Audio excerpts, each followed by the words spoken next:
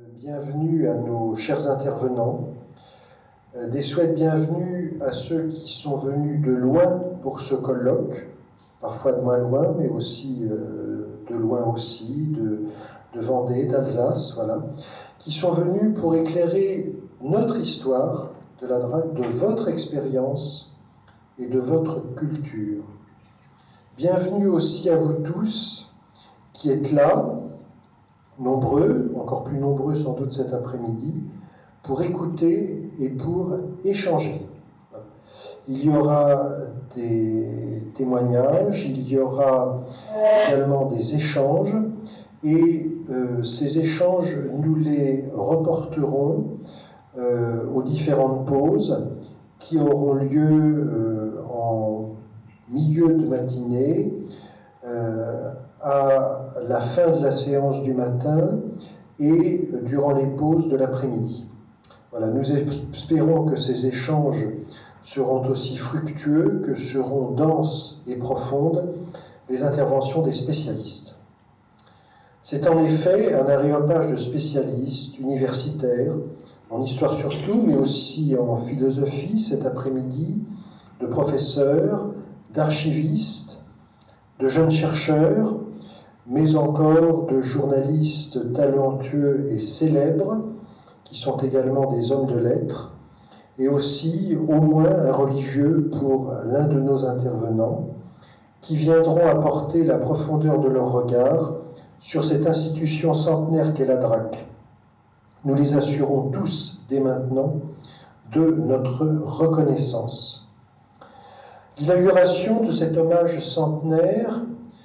doit aussi s'accompagner d'un hommage décennal au colloque qui avait eu lieu en 2014 pour le centenaire de l'entrée dans la Première Guerre mondiale et qui avait été centré avec force récits et témoignages sur la Grande Guerre des hommes de Dieu, qui était le titre aussi du livre, un monument de ce premier colloque qui avait reçu le prix des écrivains combattants, qui avait été écrit par notre vice-président Alain Toulza, ici présent, qui parlera au début et à la fin du colloque aujourd'hui. Et vous trouverez des exemplaires de ce livre en vente pendant les pauses. Ce livre portait comme sous-titre « Héros des tranchées entre persécution et union sacrée » et déterminait ainsi ce qui était la séquence chronologique des perspectives du colloque de 2014. Montrer l'engagement héroïque des religieux chassés de France par les lois anticléricales du début du siècle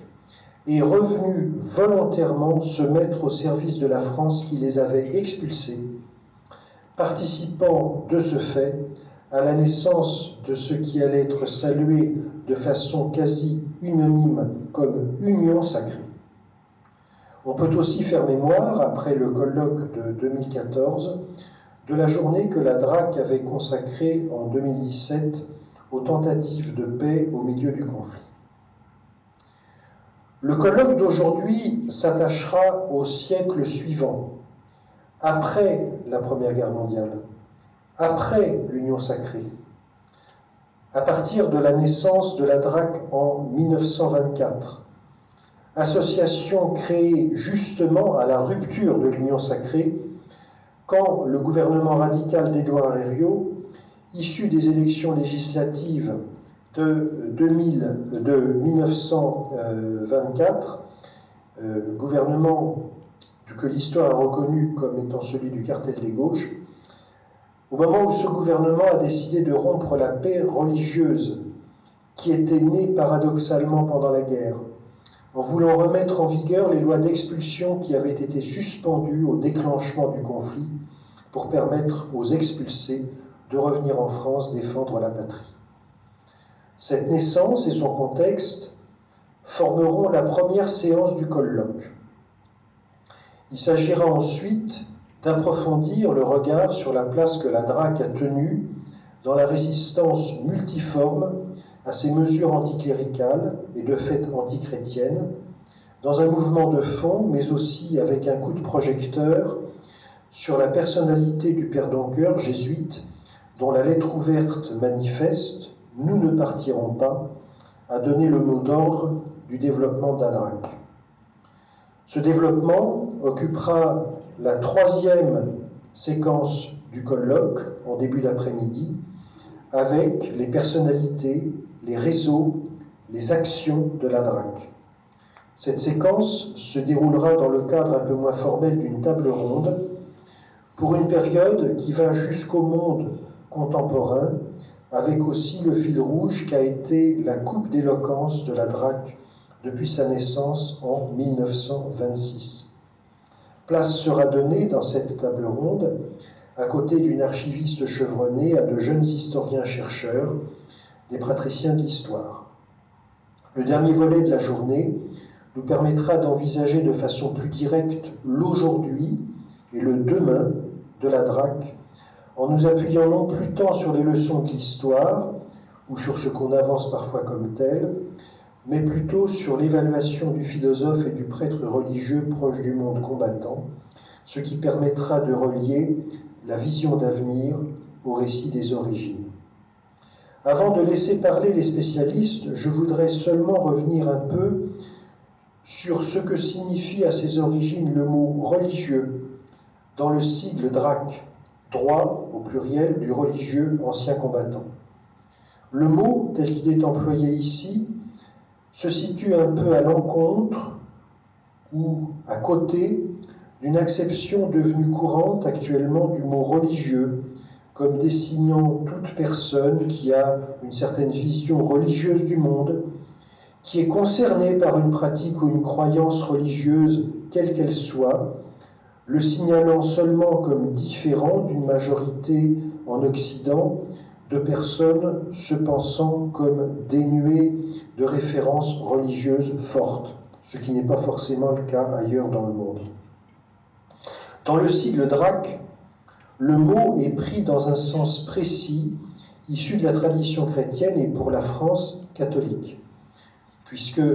l'équivalent réel n'existe pas en soi dans la tradition réformée. Un sens que l'Église n'impose pas, mais qui a été repris de façon explicite par les mesures vexatoires et ségrégatives